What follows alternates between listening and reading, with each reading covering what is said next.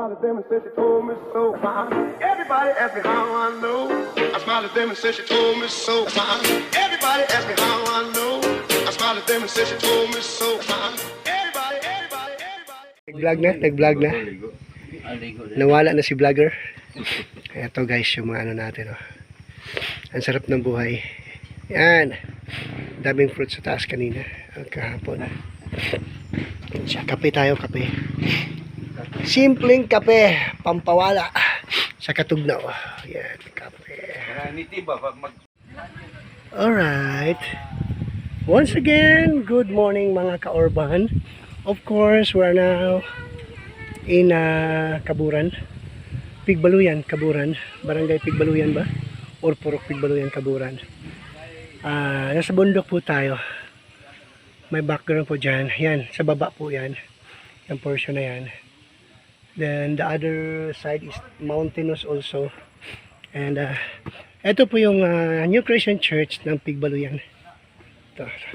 So nandito tayo ngayon for their 12 year celebration anniversary ba?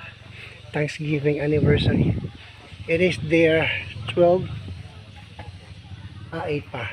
year anniversary.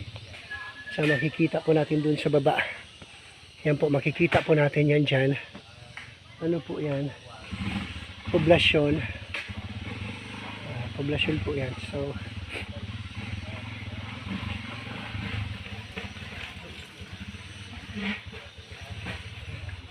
ayan.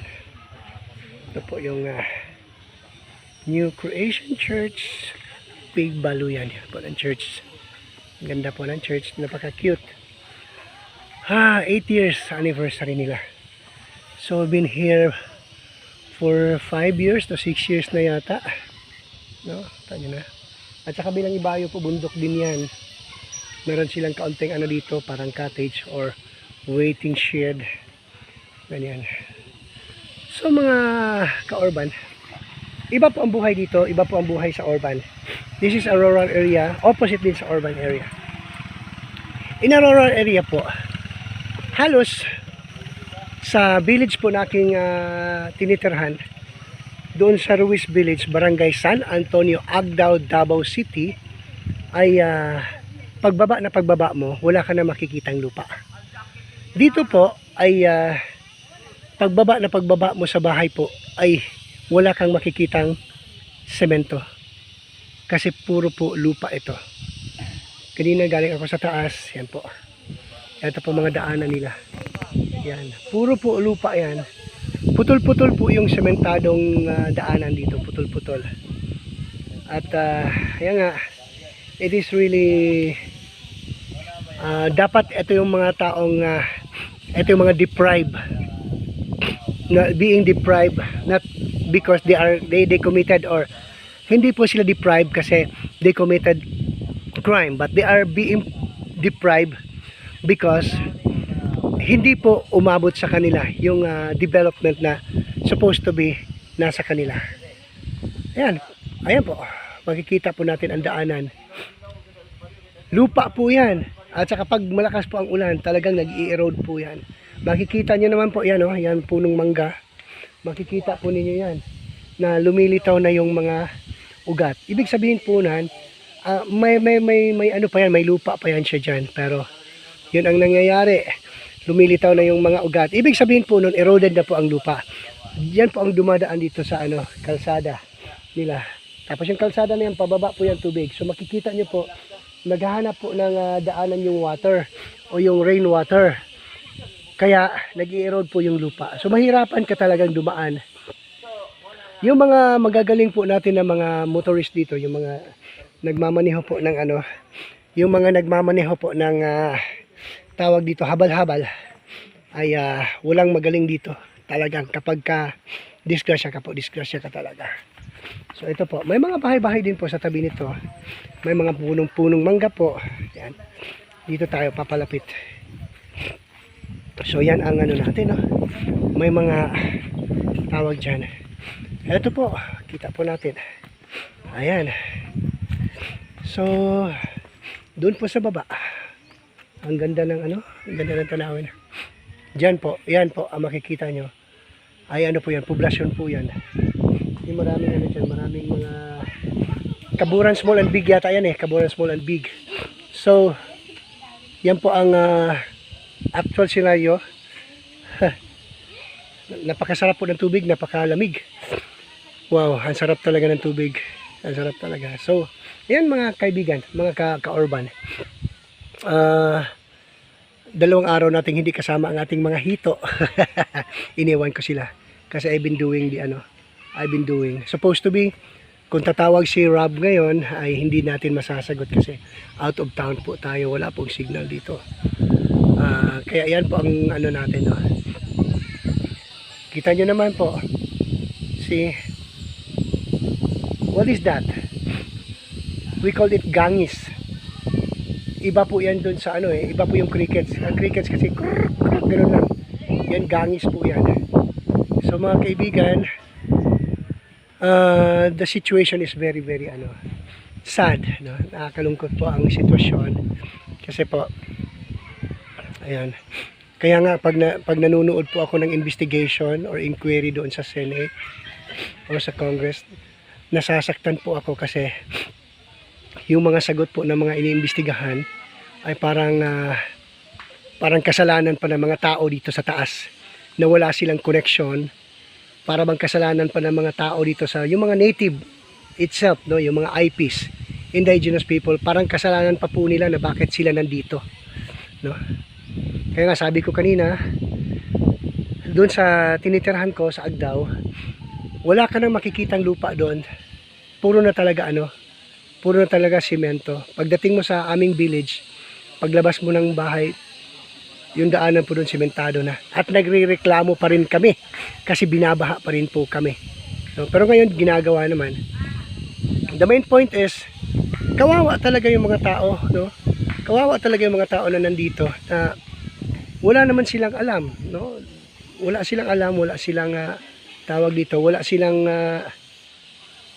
they're very innocent, no? Bakit wala silang daanan? Bakit wala silang mga hindi umaabot sa kanila yung tulong ng pamahalaan po.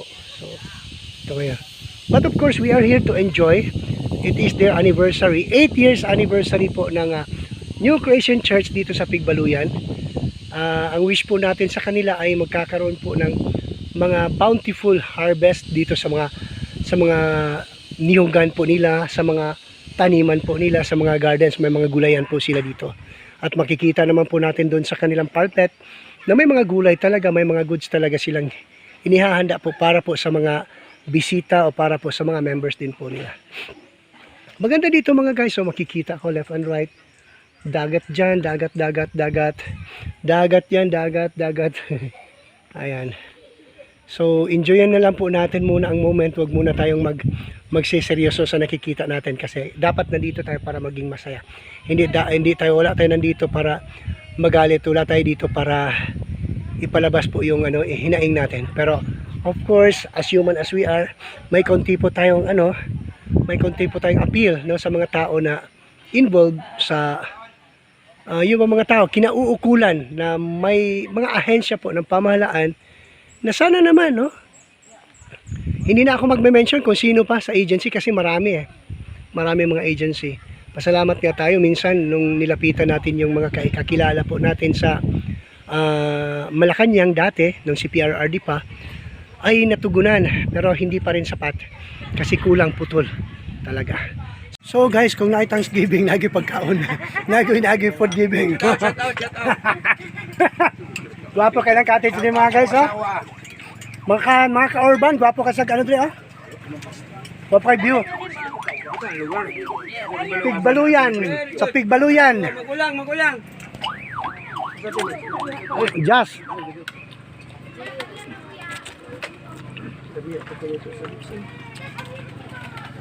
Gabi ba? Mura man tag nagkaon, ani ka ng buffet. Mura nagkaon sa buffet ba? Buffet. Yan. Alam mo nang view niya, oh. Para nun ni Ma'am Jupani. So Thanksgiving karon sa Marabatuan, no? Marabatuan, Pigbaluyan. 8 years anniversary sa church diri, New Creation Church. Ligulo yan. Yeah. Wa pa magkukukaad to pero likod daw ana marabatuan. Kanang bukid. Ya sa baba naman makita niya la lungsod na. Ha? Kita man ako. Unsa ito purok? Sa? Ha? Sa marabatuan sa tulugan. Kuan. Kaburan. Ay, thank you. Ang sa dapit. Di unsang purok? Unsang purok sa marabatuan? Marabatuan purok. Marabatuan. Barangay Marabatuan. Barangay Marabatuan. Purok man to ila dito. Sa utong purok ka. Oh, guys. Salamat kay sa mga nag-accommodate. Unya, tagsa-tagsa pag na silag mga butong ha. Tagsa-tagsa silag butong. Kapay punuan ka niya. Lukat lang. Tagsa-tagsa silag butong. Kayo. Nakamalay siya no. Tuwa pa rin butong isa. Nga ako wala. Yes! Oh, tagsa-tagsa silag butong guys. Murag ako ra may wa ni guys. Ayan. Ala, pa di ay. Na kay bisap na. Para na sa labang pari.